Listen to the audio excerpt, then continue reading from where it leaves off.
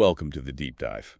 We've gathered a whole stack of sources today. News reports, some deep analysis from think tanks like CFR and Carnegie, plus security assessments too. Right, from groups like the Counterterrorism Group and CBC News. And our job, as always, is to cut through all that noise and pull out what's really important for you about a major global event happening literally right now. And that event is the G7 Leaders Summit. It's kicking off today, June 15th, 2025, way out in Kananaskis, Alberta, deep in the Canadian Rockies. Yeah, quite the setting. And it's a really high-stakes meeting, isn't it? Happening with, well, a lot of global tension in the background. Significant tension. And the sources, they're pretty clear there are growing splits within the G7 group itself that are adding another layer of complexity. Okay, so when you start digging into these sources, there's one challenge that just jumps right out. It seems central, maybe even before they get to the big global crises. Oh, absolutely. The analyses we looked at, they're pretty much unified on this. The, let's say, unpredictable presence and the whole foreign policy approach of U.S. President Donald Trump, that's seen as the #1 concern. The primary challenge, yeah. Yeah. For Canada as the host, obviously, but it sounds like for everyone else there, too. That's what the sources suggest. It shapes the whole dynamic. So let's unpack that. What exactly is it about his approach, according to these reports, that's causing this friction? Well, the sources use some pretty strong phrases. They talk about a sovereignty on steroids mindset. Okay. Meaning, an intense focus on national interest above all else. This often leads to skepticism towards international bodies, treaties, the usual way of doing things. Right. Less multilateralism. Exactly. The preference described is for what one source calls bullying bilateralism, basically. One-on-one negotiations where U.S. power is the main leverage. And even alliances like NATO are sometimes viewed, well, transactionally, almost like protection rackets. That's a quote from one analysis. Wow. That's a very different way of looking at alliances. It's a fundamentally different operating system compared to how G7 diplomacy usually works, And we've seen this play out before, haven't we? The sources definitely remind us of the 2018 summit, which was also in Canada, Quebec, where President Trump clashed very publicly with Canada's Prime Minister at the time, Justin Trudeau, and then actually withdrew U.S. approval from the final joint statement after he'd left. He did, and that memory looms large. Plus, there's the ongoing economic pressure things like the potential threat of U.S. tariffs on steel and aluminum. That hangs over the relationship, especially for Canada. So given that history, what's Canada's game plan this time as host? According to the sources, anyway. Well, the core strategy seems to be damage control, essentially. Trying really hard to avoid a repeat of 2018, preventing those direct clashes. Oh, what are they doing differently? One key tactical shift, mentioned in several reports, is ditching the traditional big, comprehensive joint communique. That detailed statement everyone usually signs.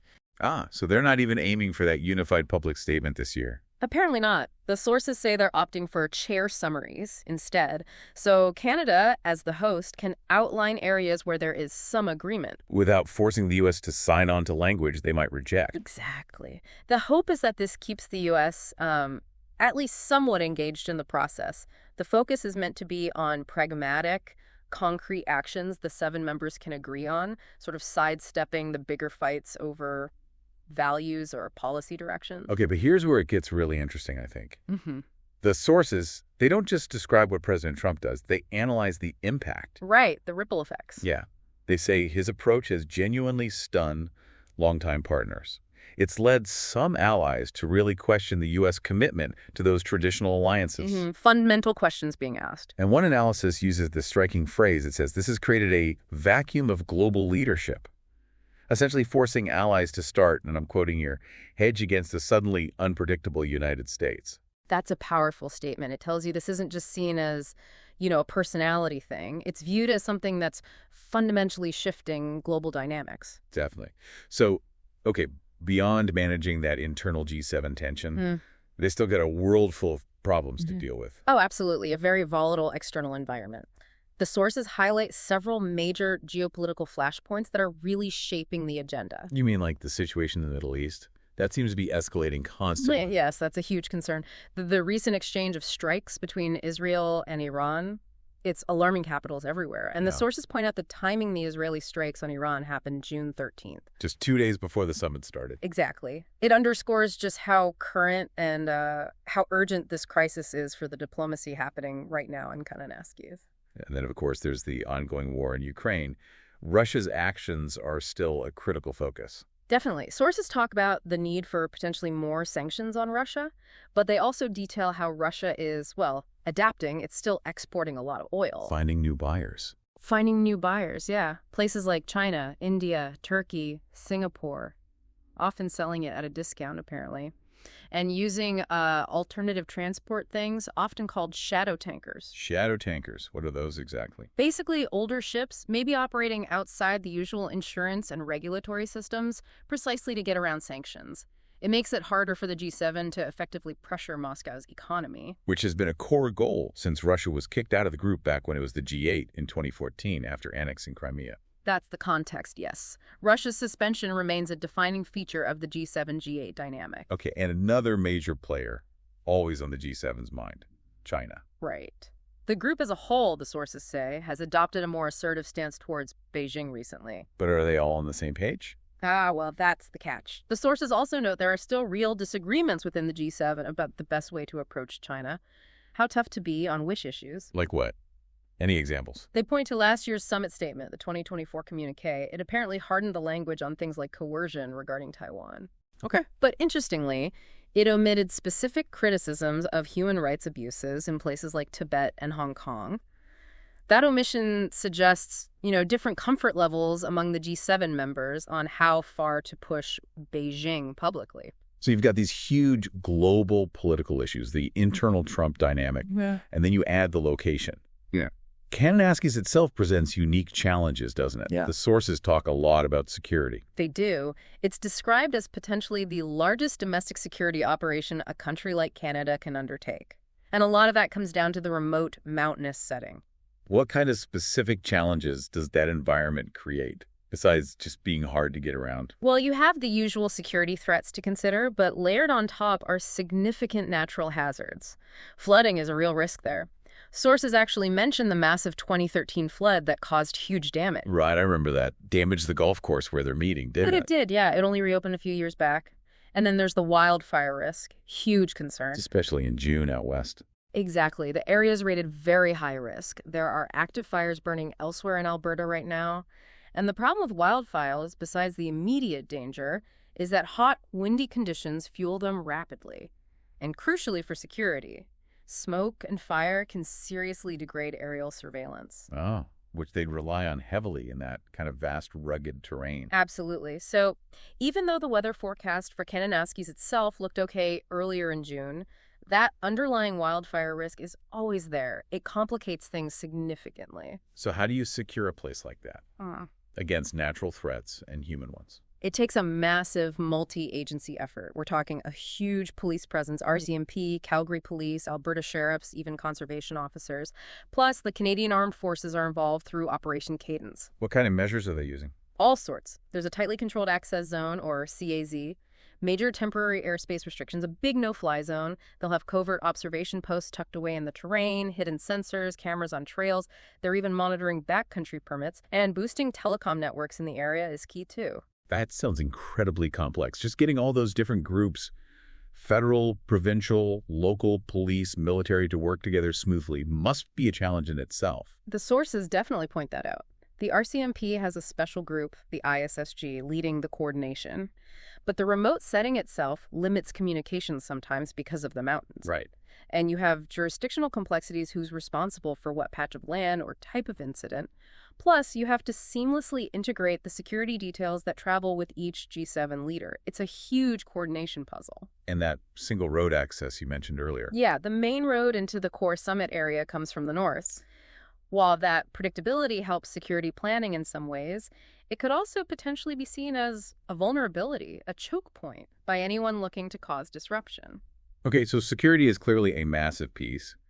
What else is actually on the formal agenda, according to the sources, beyond just navigating the U.S. relationship? Well, Canada, as host, has laid out its own priorities. Things like strengthening peace and security globally, trying to build more resilient supply chains for critical minerals. That's a big topic lately. Very big. Also, accelerating the digital transition, thinking about AI and quantum computing. and trying to secure future partnerships, specifically catalyzing private investment for infrastructure and jobs, particularly in developing countries. And human rights groups are weighing in, too, trying to get issues onto the table. Yes, definitely. Sources mention Human Rights Watch specifically urging leaders to prioritize human rights across the board. Like what specifically? Condemning transnational repression, governments reaching across borders to silence dissent, protecting civilians in conflict zones like Ukraine, but also explicitly mentioning the occupied Palestinian territory and pushing for accountability. Any specific actions suggested regarding Israel and Palestine? HRW, according to the sources, is advocating for things like targeted sanctions against certain Israeli officials involved in abuses, suspending arms transfers to Israel, and giving unequivocal support to the International Criminal Court, the ICC. So strong push on that front. And it's worth remembering, right, that even setting aside the whole U.S. dynamic, the G7 members themselves don't always agree on everything. Not at all. That's an important point the sources make. Historically, things like trade policy and climate change have been major sticking points within the group. And that continues today. It seems so. Even now, there are disagreements on, say, how far sanctions on Russia should go, or the precise strategy for dealing with China, as we discussed.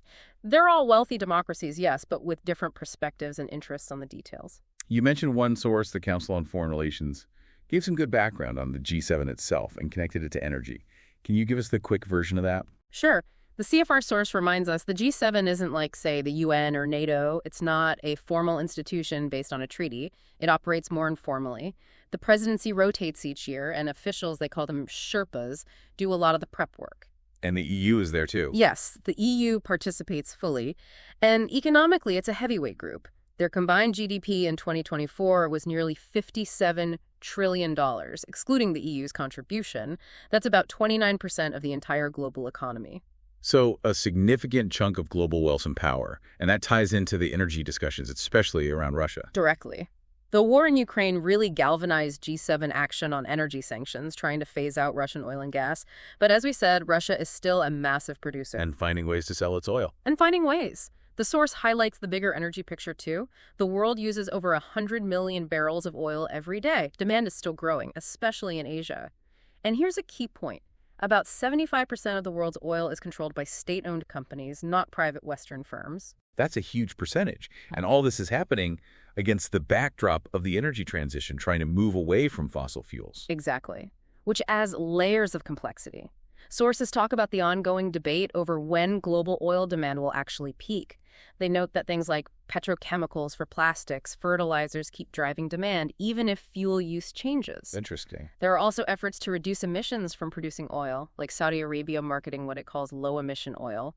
And then there's the difficult issue for developing countries, especially in Africa, that need energy for growth, but find Western institutions hesitant to fund fossil fuel projects now. Creating a real dilemma for them. A very real one. And finally, nuclear energy gets a mention. Right. Still controversial. Very much so.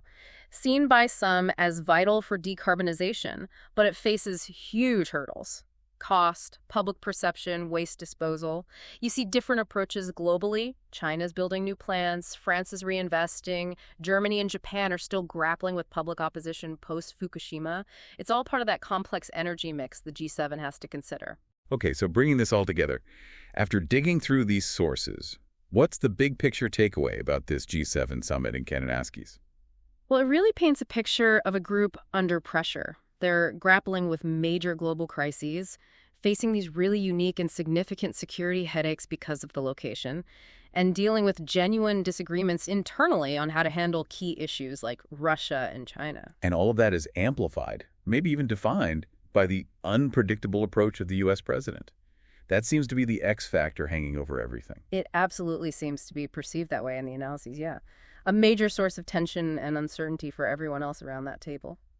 So it sounds less like a summit where you'd expect grand, ambitious new deals, and maybe more like, well, like a meeting focused on managing the current reality, trying to keep things from boiling over, finding just enough common ground to take some practical steps forward. That feels like the core message coming through these sources, yes. Managing a fractured situation seems to be job one. Which leaves you, the listener, with a pretty significant question, doesn't it? Considering everything we've just discussed, the internal G7 splits, the global pressures, the unconventional diplomacy, how durable are these traditional alliances and institutions like the G7, really?